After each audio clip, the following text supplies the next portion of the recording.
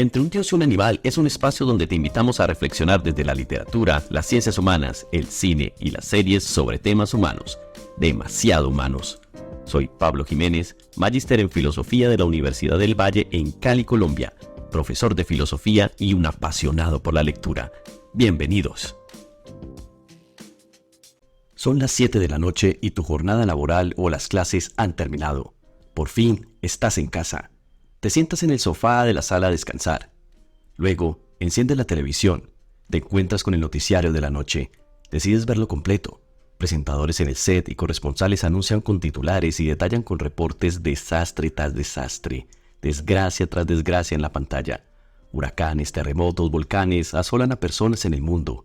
Un ataque de tiburón, un atentado en una ciudad, videos tomados por cámaras de vigilancia que evidencian crímenes, un accidente aéreo como novedad del día, y seguimiento detalle a detalle de algunos infortunios humanos del día anterior.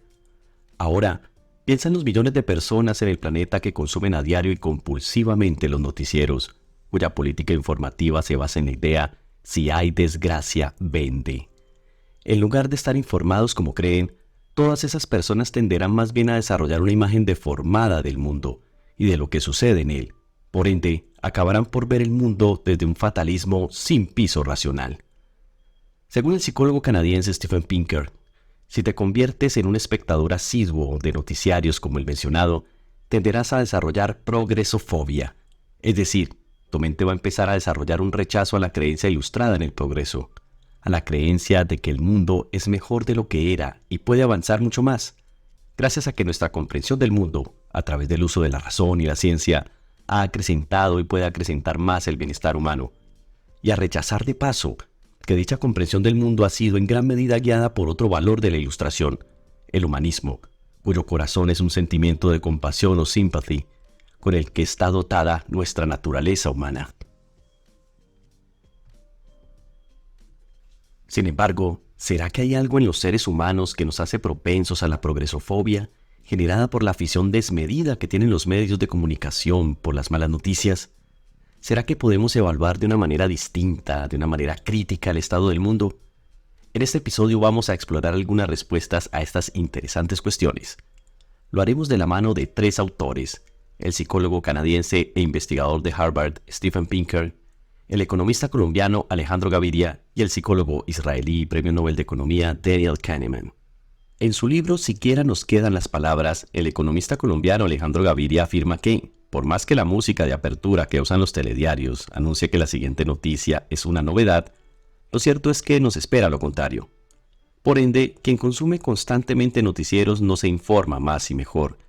Esto es así porque la política informativa de los noticieros se lucra del escándalo, el chisme, el estruendo y la desgracia individual. No es una política cuya finalidad es informar acerca de los cambios graduales, parsimoniosos y acumulativos. No informan casi nunca con rigor estadístico y técnico sobre el progreso humano ni sobre los problemas sociales por resolver. Pues, informar sobre esto último no genera emociones intensas, por tanto, no vende. Pero, ¿cómo logran los noticieros para captar sus vastas audiencias? Para Gaviria, la fórmula de los noticieros es vender de manera amañada que lo momentáneo es verdadero. O sea, vender la ilusión de estar cada día más y mejor informado que aquellos que no consumen noticieros. De manera más detallada, los noticieros prometen a sus espectadores lo extraordinario, pero al final les entregan lo mismo de siempre. El escándalo de hoy toma el lugar del escándalo de ayer. Además, todos esos escándalos tienen dos características ligadas a lo rutinario y no a la novedad. La primera es que estos escándalos versan casi siempre sobre la desdicha humana. La segunda es que emisión tras emisión, el acumulado de estos escándalos se constituye en el inventario de la miseria humana. Accidentes aéreos, asesinatos, abusos, robos, actos de corrupción, desastres naturales, etc. En consecuencia, dice Gaviria, ver un noticiero es como verlos todos a la vez, pues todos siguen la misma fórmula, y en realidad hay cero novedad. En esta misma línea, de acuerdo a Pinker, si te vuelves un consumidor asiduo de estos inventarios de noticias negativas, entonces vas a terminar juzgando la realidad desde una perspectiva distorsionada, conocida como fatalismo. ¿Cómo ocurre esto? Naturalmente, los noticiarios por sí solos no inducen a sus espectadores al fatalismo que desemboca en progresofobia. Según el psicólogo canadiense, No importa si es verdad o no que el mundo esté empeorando o ha empeorado. Cuando la naturaleza de la cognición humana interactúa con la naturaleza de las noticias, entonces nos hacen creer que necesariamente sí ha empeorado. En consecuencia, tu percepción del mundo se distorsiona hasta llevarte a adoptar el fatalismo y subsecuentemente la progresofobia. Pero, ¿cómo ocurre esto? ¿Con qué rasgo de nuestra naturaleza cognitiva interactúa la naturaleza de las noticias? Uno de esos rasgos, y el que nos interesa, es un tipo de error humano ligado a la heurística de disponibilidad, llamado sesgo de disponibilidad. Para explicar en qué consiste la heurística y el sesgo de disponibilidad, en su libro En defensa de la ilustración, Pinker alude a las investigaciones del psicólogo y premio Nobel de Economía Daniel Kahneman. En general, el término heurística alude a procedimientos sencillos que usa nuestra mente con el fin de tomar decisiones o emitir juicios de forma rápida y eficiente. A través de las heurísticas, reducimos la complejidad del mundo y la de aquellos fenómenos que nos afectan, pues nos ayudan a encontrar respuestas sencillas a preguntas difíciles. En particular, dice Pinker, la heurística de disponibilidad es un tipo de heurística que tiene lugar cuando, abro comillas, la gente calcula la probabilidad de un acontecimiento o la frecuencia de una clase de cosas en función de la facilidad con que le vienen a la mente los ejemplos, cierro comillas. En muchos contextos, este procedimiento funciona de manera exitosa, en otros no. Los acontecimientos que se dan con mayor frecuencia dejan huellas más fuertes en la memoria. Por ende, los recuerdos más vivos suelen indicar a nuestra mente que ciertos hechos son más frecuentes. Por ejemplo, si se nos pregunta qué es más frecuente en las grandes ciudades, las águilas calvas o las palomas, vamos a contestar con seguridad que las palomas son más frecuentes, aun cuando nuestra seguridad esté basada en habernos encontrado más palomas que águilas. La respuesta será correcta, sin necesidad de haber censado rigurosamente las palomas de las ciudades grandes. La heurística será exitosa. No obstante, en varias ocasiones un recuerdo ocupa un lugar destacado en el buscador de la mente. Las razones por las cuales un recuerdo sobresale de esta forma son que es reciente, emocionalmente impactante, vívido, violento o triste. Ello hace que el recuerdo venga fácilmente a la mente cuando se va a calcular la probabilidad de un acontecimiento o su frecuencia. Así, si en lugar de apelar a una frecuencia de sucesos, usamos un recuerdo con estas características para dar respuesta a una pregunta sobre la probabilidad de que un evento X suceda en el mundo, entonces nuestra mente sobrevalorará la probabilidad de que ocurra el evento X. En consecuencia, se producirá un error mental que psicólogos como Kahneman y Pinker llaman sesgo de disponibilidad. Por ejemplo, cuando ocurre un accidente aéreo, este pasa a ocupar casi todas las emisiones de los noticieros del país donde ocurre. El despliegue amarillista y de morbo alrededor del drama individual de las víctimas y de sus seres queridos es incisivo.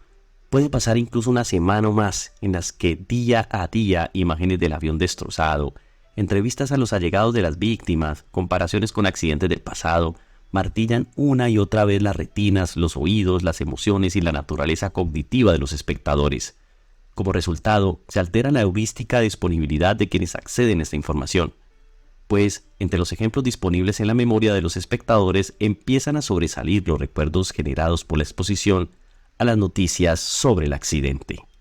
En consecuencia, quienes asisten constantemente a las transmisiones amarillistas del accidente en las salas de sus casas u otros lugares, empiezan a sobreestimar la probabilidad de los accidentes en avión. Es decir, empiezan a creer que si abordan un avión es muy probable que sufran un accidente. Incluso llegan a creer que es mucho más probable sufrir un siniestro en un avión que viajando en coche o autobús, cuando las estadísticas son abrumadoramente contrarias. Es de lejos mucho más probable sufrir un accidente en coche o autobús que viajando en un avión. A los noticieros no les interesa informar constantemente sobre tales estadísticas o sobre otras que atañen a fenómenos como el crimen y los desastres naturales. No vemos a ningún periodista transmitir en vivo desde un aeropuerto diciendo: han pasado meses sin que hayan ocurrido accidentes aéreos en el mundo. Tenemos entonces que los noticiarios, a través de su política de información, si hay drama vende, interactúan con sus espectadores de forma tal que generan en ellos recuerdos que destacarán en los buscadores de sus mentes por ser emocionalmente impactantes, vívidos, violentos o tristes. Esta interacción termina por activar el sesgo de disponibilidad en los espectadores, provocando fallas en su uso de la heurística de disponibilidad. Así pues, si adquieres el hábito de llegar a casa en la noche a ver completos los noticieros, corres el riesgo de convertirte, sin justificación racional, en alguien con bajos estados de ánimo y con una percepción equivocada del peligro, pues basarás tus juicios y decisiones en un tipo de error mental. Además, dada esta percepción deformada del mundo, experimentarás una constante hostilidad hacia los demás e insensibilidad ante el dolor ajeno, y en ciertos casos, paradójicamente, abstinencia absoluta por informarte en cualquier fuente de lo que en realidad sucede en el mundo. De esta manera incurrirás insistentemente en el fatalismo, o sea, en la actitud irracional de asumir de manera dogmática que no tiene sentido mejorar las cosas, aunque existan posibilidades reales de hacerlo, pues siempre pensarás que, sin importar cuánto logremos hacer como humanidad, todo va a empeorar. Es decir, creerás siempre o casi siempre que va a ser más probable que lo peor ocurra, y de ahí saltarás a la progresofobia, pues te dirás y dirás a otros todo el tiempo cosas como ¿para qué voy a votar? Si el próximo Congreso no va a ser capaz de realizar un cambio social. ¿Para qué voy a donar dinero esta semana? Si muy probablemente otro niño fallezca por desnutrición la semana que viene. ¿Para qué ir a la playa? ¿Para que seguramente un tiburón me devore? Así el fatalismo termina en un rechazo a la idea ilustrada de progreso. Si nos planteamos como propósito enfrentar el fatalismo y la progresofobia, es una mala idea oponer al fatalismo un optimismo ingenuo al estilo de Pangloss. Este personaje de la célebre obra de Voltaire, Cándido o El optimismo, afirmaba con molesta perseverancia que vivimos en el mejor de los mundos posibles y que todo lo malo que ocurre en el mundo es para un bien mayor. Paradójicamente, el optimismo ingenuo del profesor de filosofía de Cándido tiene el mismo efecto en nuestra actitud y conducta que el fatalismo mediático, una perspectiva distorsionada de la realidad que nos lleva a creer que no tiene sentido intentar mejorar nada, pues todo está destinado, en este caso, por un propósito bondadoso, metafísico, misterioso y divino, y todo el sufrimiento del mundo hace parte de los escalones para un bien mayor. Es decir, ambas actitudes tienen como resultado la progresofobia y su inacción. Ya sabemos qué no hacer para enfrentar la progresofobia, pero esto no es suficiente para menguarla. Así que una de las mejores formas de evaluar de manera crítica y con rigurosidad el estado en el cual se encuentra el mundo en cuanto al bienestar humano consiste en desarrollar una mentalidad cuantitativa, es decir, contar y medir. ¿Cuántas personas están enfermas? ¿Cuántas personas son analfabetas? ¿Cuántas son infelices? ¿Cuántas son víctimas de asaltos en las calles? ¿Y estas cifras están creciendo o disminuyendo? Esta mentalidad en apariencia fría y vacía es en realidad la moralmente ilustrada, pues es humanista, debido a que da a cada vida humana el mismo valor. Además, justifica la expectativa de identificar con mayor precisión las causas y factores que generan el sufrimiento humano y por tanto permite conocer cuáles son las estrategias más adecuadas o por lo menos con mayor probabilidad de reducirlo. En su libro En defensa de la ilustración, Pinker se encarga de evidenciar con una batería importante de datos y gráficas que la creencia ilustrada en el progreso es medible, y su medición arroja como resultado que el progreso humano es un hecho. Este uso de una mentalidad cuantitativa es un ejercicio crítico y reflexivo importante para aproximarse a un justo medio entre el fatalismo y el optimismo ingenuo que provocan la progresofobia, una especie de optimismo realista. Pareciera que definir qué es el progreso es muy complicado, pues en apariencia el pedido de la definición obedece a una pregunta que apunta a la subjetividad o a lo que cada cultura entiende del término. No obstante, es una pregunta hasta fácil de responder. La mayoría de las personas estarían de acuerdo que la vida es mejor que la muerte, que la salud es mejor que la enfermedad, que la alfabetización es mejor que el analfabetismo. La vida, la salud, la alfabetización y otros son valores humanistas, no virtudes religiosas o aristocráticas como la salvación o la gloria. Por ello, pueden medirse. Si han aumentado a lo largo del tiempo, entonces a ese aumento se le llama progreso.